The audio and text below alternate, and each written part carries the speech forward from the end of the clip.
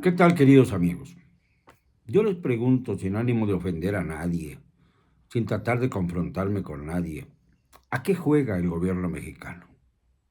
¿Cuál es su estrategia para vencer y ganar la historia? Porque no la entiendo.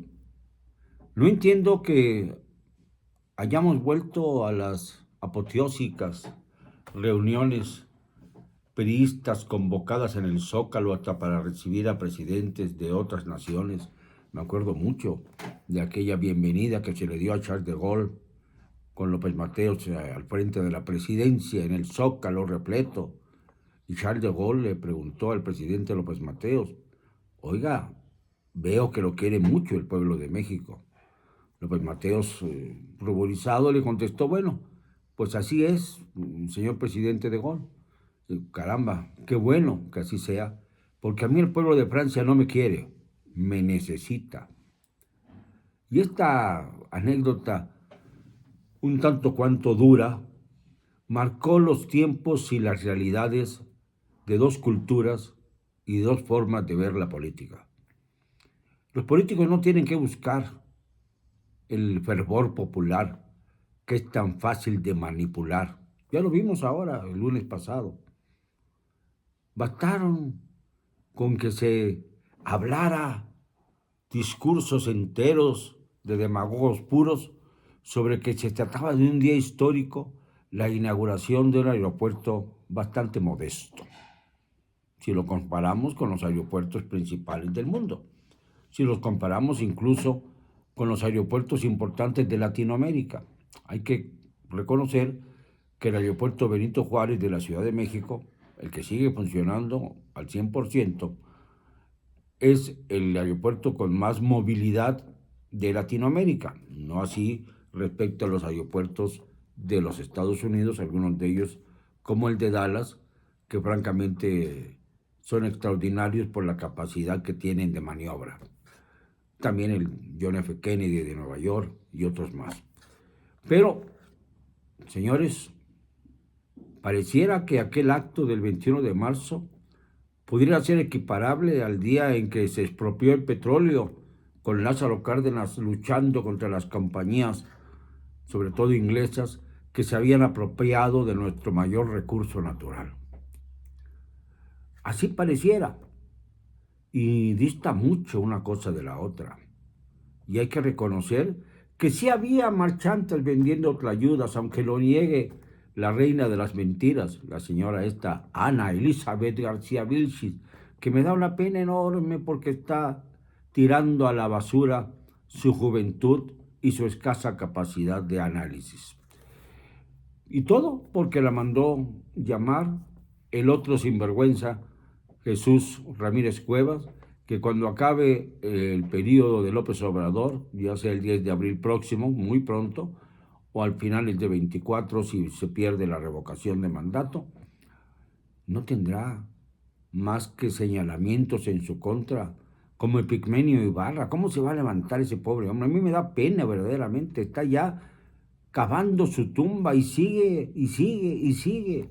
Ya está haciendo el ridículo, firmando documentales bastante malos, por cierto, cuando la verdad había hecho una buena carrera como productor de telenovelas para Televisión Azteca.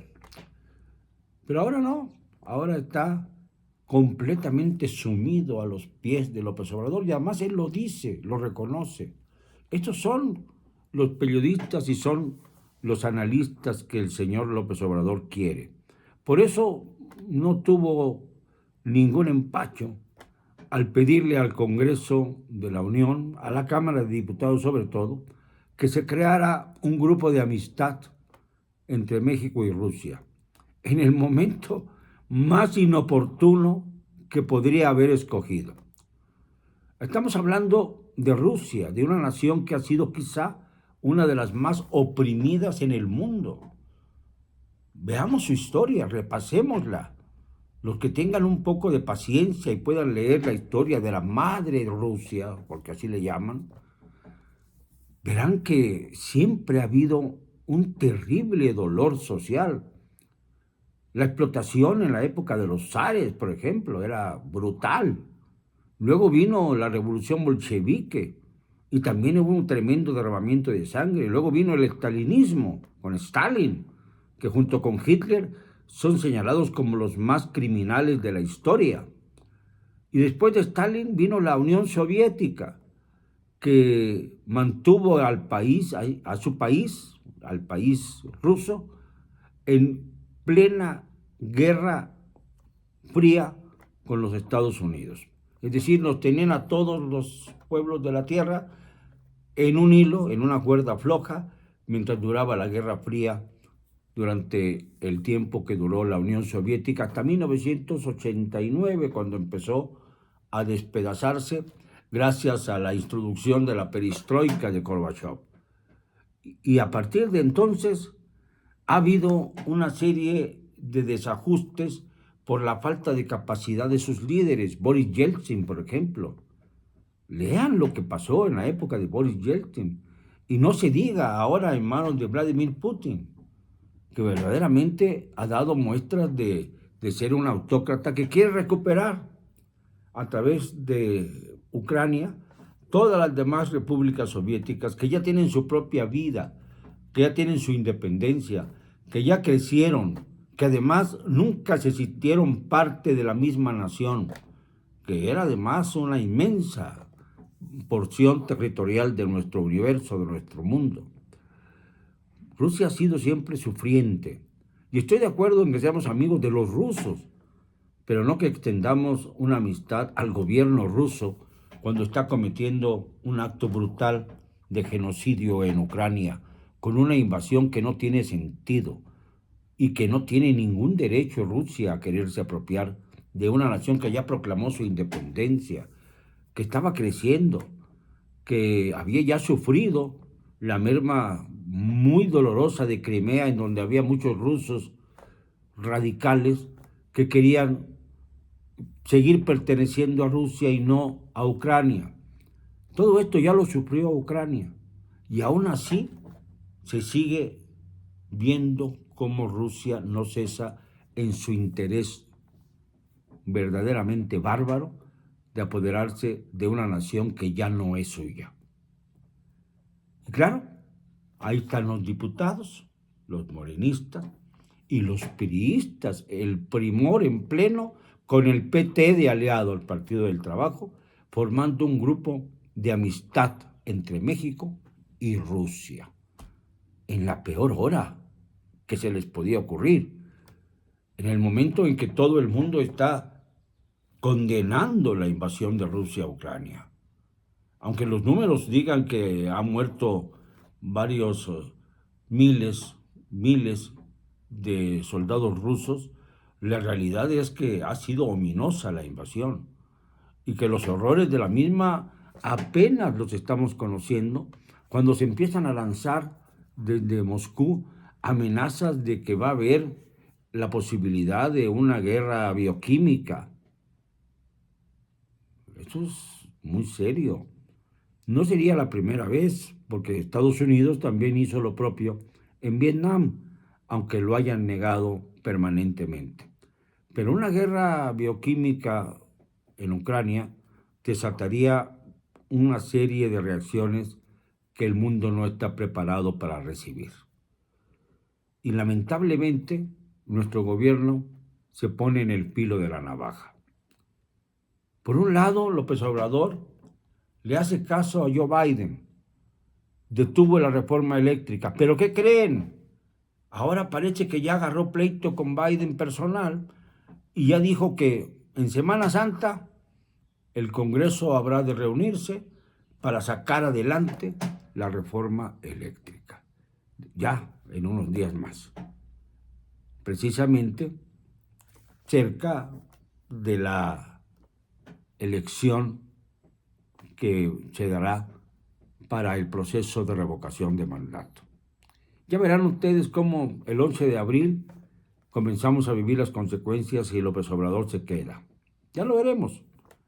Yo no quiero ser ave de mal agüero, pero conozco mucho a mi país y conozco mucho a la clase política de este país que se ha verdaderamente devorado todas las ideas progresistas de nuestro país. La clase política es quizá lo peor que tenemos en el sistema político mexicano. Y es eso lo que debemos convertir al sistema, no a los partidos, no a las gestiones presidenciales, al sistema político mexicano. Este es el que nos ha agraviado hasta decir basta. Lo del aeropuerto es el espejo mismo de la TTTT, el tianguis, las láminas, las obras no terminadas, la mentira de que se estaba inaugurando un aeropuerto precisamente el 21 de marzo, cuando debiera celebrarse a Benito Juárez, cuyo nombre lleva el aeropuerto de la Ciudad de México, que sigue funcionando al 100%, y cuya Terminal 2 fue inaugurada en tiempos de Calderón. Me fui a repasar cómo habían estado las inauguraciones del aeropuerto de la Ciudad de México.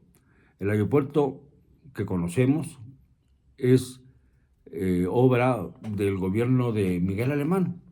Y Miguel Alemán lo inauguró a finales de su gobierno en 1952. Desde entonces está nuestro aeropuerto. Y era una joya para su momento. Fue el presidente con un grupo pequeño de personas, cortó un listón y se acabó la historia. No se habló de día histórico ni cosas por el estilo. Luego, cuando se negaron en Texcoco a recibir el aeropuerto que se programó en la época del señor Fox y que el señor Andrés Manuel López Obrador boicoteó armando de machetes a una multitud de personas de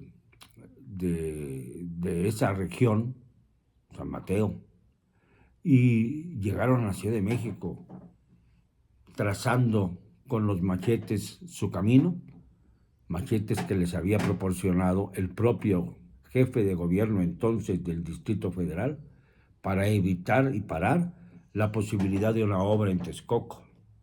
Desde entonces, desde 2002, 2003, estaba empeñado López Obrador en evitar que se hiciera un aeropuerto en la Ciudad de México, porque además decía que iba a estar fuera de los límites de la Ciudad de México.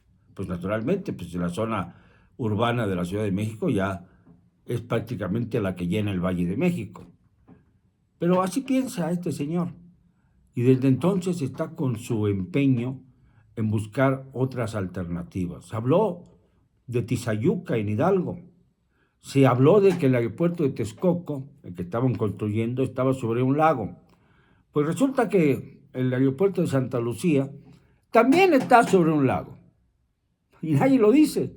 Como está también encima de los cenotes el trazado del Tren Maya. Y como está bajo el agua la refinería de Dos Bocas. ¿Por qué no lo dicen?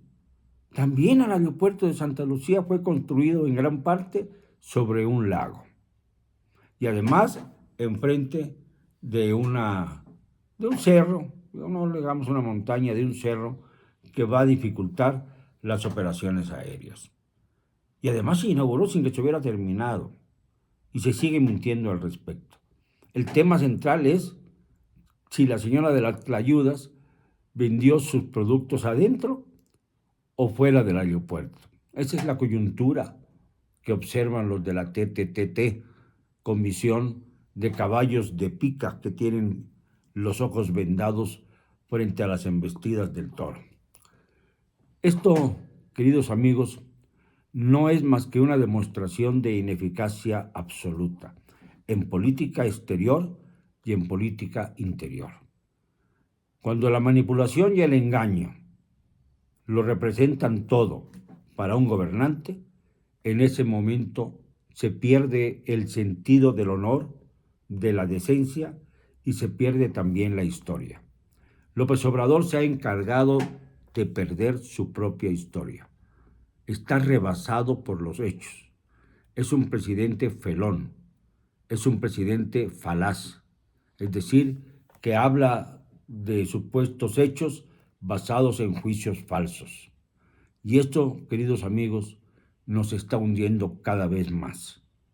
Pero ya viene el 10 de abril, y el 10 de abril tenemos la oportunidad, a como dé lugar, de agarrar un bolígrafo y cruzar el cuadrito en donde se expresa que le hemos perdido la confianza a López Obrador y queremos su destitución.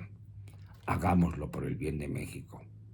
Ya son demasiados. Lo digo todos los días porque sigue habiendo la discusión de si se debe o no votar. Si lo que se ha hecho en estos 40 meses no es suficiente para mostrar hasta qué grado llega la mentira, la manipulación, el genocidio de esta administración, entonces no tenemos ningún otro argumento que dar.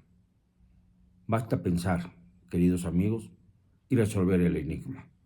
Lo siento, no me van a callar, y lo digo y siempre, con cero cobardía.